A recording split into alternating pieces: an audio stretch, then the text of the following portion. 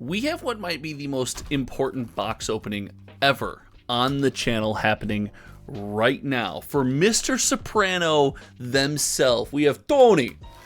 Big Tony getting the Star Wars Unlimited box opening. Okay, I promise I'm done with the terrible accent and with the Sopranos jokes, but Tony says, hey, hook me up with a box of Star Wars Unlimited. And today I want to talk about maybe the most taboo aspect of TCGs and have what might be an unpopular conversation about Star Wars Unlimited and talk about the investing in sealed product value side, and not just sealed product, but singles as well. So Tony, good luck on your opening, and let's talk Star Wars Unlimited finance. And remember, we haven't hit a showcase yet on the channel, so come on, Tony.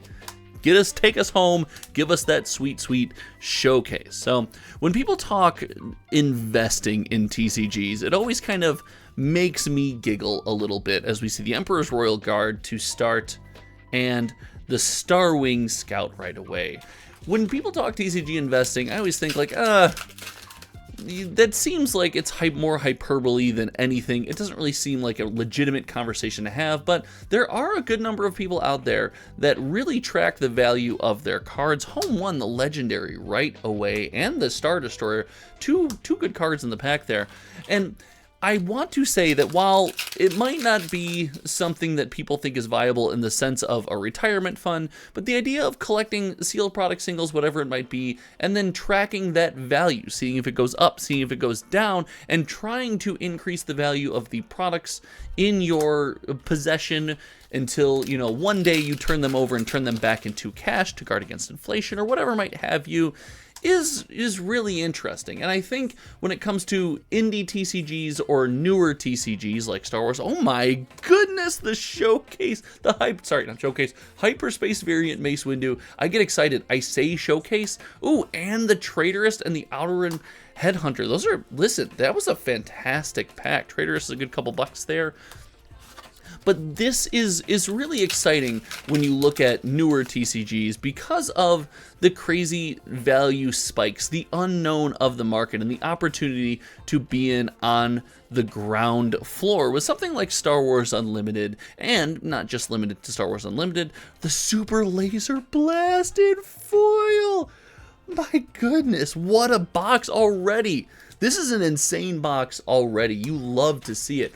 But the idea that this game could stick around for the long haul, be something people are playing well into your lifetime, and that you have the opportunity to own a bunch of stuff from the very first set, when you look at and compare that to what that looks like in other TCGs that have been around 25, 30 years, it's extremely enticing. I understand where the drive for something like that comes from. But I will caution those that see, numbers constantly go up, everything going to the moon, and think, look at me, I'm maxing my value, I'm minimizing my risk. It's important to remember that things that have explosive value, like Star Wars Unlimited, also come with explosive risk. Now, I am a believer. If you follow the channel for some time now, first of all, thank you, and if you haven't, hit that sub button. But I believe in Star Wars Unlimited. I love the nostalgic pull. I love the IP, the way that it engages us, and the games are fantastic as we see the gunship and ooh, the Star Destroyer. I love any hyperspace foil we can get. We'll take it, baby. Tony, congrats on the hyperspace foil. Let's keep going. I'm a big believer in everything this game represents, how the game plays, and I think it's doing, most of the things right at this time. I will criticize Star Wars Unlimited the same way I criticized Disney Lorcana the first chapter. You underprinted. Now, much less so than the first chapter, demand for the first chapter. It's a much bigger TCG, Disney Lorcana, so you didn't underprint by as much as something like Lorcana. Ooh, the double hyperspace right off the bat, but you still underprinted, and you got to make sure you get that fixed and get that right. And it sounds like during set 2, there's going to be a big focus on the print run. There's an ambitious print run for set 2 as we are increasing the number of boxes coming out. Ooh, the Outer Rim Headhunter. Outer Rim, come on, focus, camera, don't get shy now. And because of things like this, because of the ability to say, oops, hey, our bad, we need to print a bunch more stuff. Are we getting a bunch more Star Wars Unlimited Spark of Rebellion? Are we not? We're not really sure. Because of that, the idea of investing in the early products comes with the drastic risk. And now we open a box like this. It doesn't seem like there's much risk because this has just been an absolute banger, but it comes with risk. And, stroke of the pen risk, as they say, where the company can just reprint the product whenever they want. They could print more showcase variants. They could give them out. Now, these are bad business strategies, but these companies can do these things. Now, that doesn't mean that it's all downside. I would say that something like Star Wars Unlimited does represent a big opportunity, and so did Disney Lorcana and a lot of early TCGs, where if you do feel that they're going to be around for a long time, you could saddle yourself with an experience to be in on the ground floor. But when it comes to sealed product investing, I feel like I have to constantly step away and do the red 3, another good rare hit, do the air quotes when we talk about this. I have always tried to approach this from one specific way. I don't necessarily want to go all in on anything, and I also want versatility. We will look behind me and see much of my Magic the Gathering collection. As we know, for those who have watched the videos, I have extensive shelves of sealed product that I use for video backgrounds. I have a ton of stuff that I am constantly buying and just adding to my collection because I think it's cool. And I did a video about this, but I'll say it again here. Just like Star Wars, I want my collection to be versatile, meaning if I'm going to invest in sealed product for Star Wars, I want to be a Star Wars Unlimited player, because then push comes to shove at the end of the day, I can get some of my friends together and just crack packs and play Star Wars Unlimited if for some reason I decide that the value is not for me, or that I got too cocky and overextended in the game, isn't doing, as well as I wanted it to in the secondary market. So because of this, Star Wars Unlimited is really interesting. There's one box, it's used for both play and collecting, so I love that.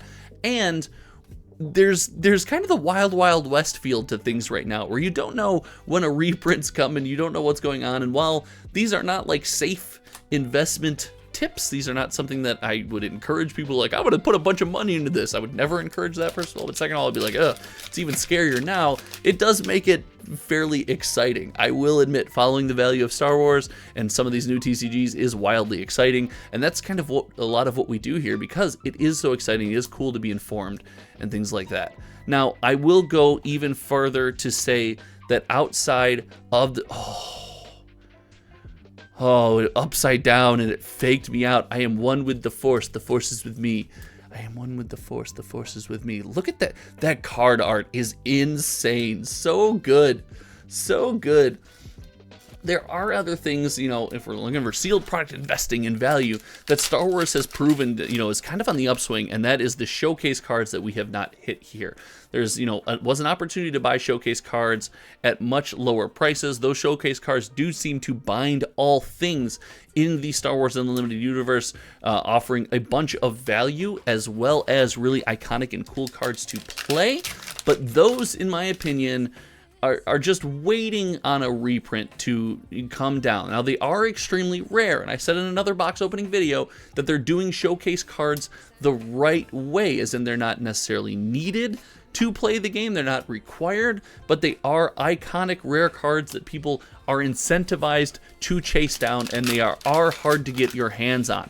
So because of this, I am excited about the showcase cards, but from a financial value standpoint, knowing we're getting more Star Wars Unlimited on the way, it's hard for me to see that the aggressive price, spike continue to happen. I can only imagine things will normalize and probably follow a Disney Lorcana model, where they come down for a little bit before, over the long term, going back up. And even something like Star Wars Unlimited, it's important to remember, a game can't print one set forever. Sooner or later, they have to move on. If they're a successful game, if they're constantly growing and there's new people getting involved, you have to print the new product. You have to allocate that time and those resources to your new products, and because of this, these things become rare. And that's kind of brings me to my last point about these things. I don't want to see Star Wars Unlimited and the value spike instantly. I don't want to see the game come out, the boxes go to $1 million, and then people try to cash in on tendies and get all hyped about the set.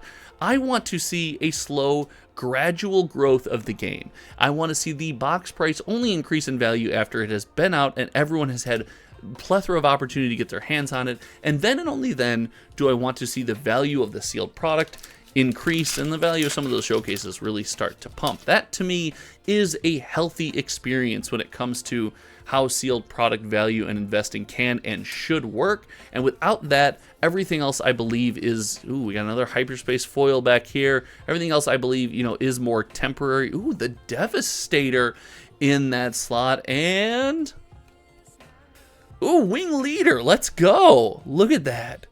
Gosh, the art on that card is so, it's so vibrant. Look at how clear that is. That's crazy. I love seeing stuff like this. This is amazing. So that's what I would like to see with Star Wars Unlimited. I'd like to see it continue to trend in that direction. I would like to see the price of Spark of Rebellion boxes come back down to earth and be more accessible to those of us wanting to get our hands on the product. And in the meantime, I would encourage everyone just to remember the company has stated a mission. They want to print a lot of boxes. Always be smart with your money. Always just buy things that you're okay having around the house and will love regardless of their value. And outside of that, I hope you guys have had some fun playing some Star Wars. Tony, I hope the box was acceptable to you. Please don't send anyone to break my legs. And if you're offended by the Sopranos jokes, my bad. That's all I can say. Thank you so much for hanging out. Until next time, you guys know me. My name is Josh. Oh, if you're still here and you haven't subbed, what are you doing? Click the sub button. All right, guys, we'll see you around. Goodbye. Messed up my outro.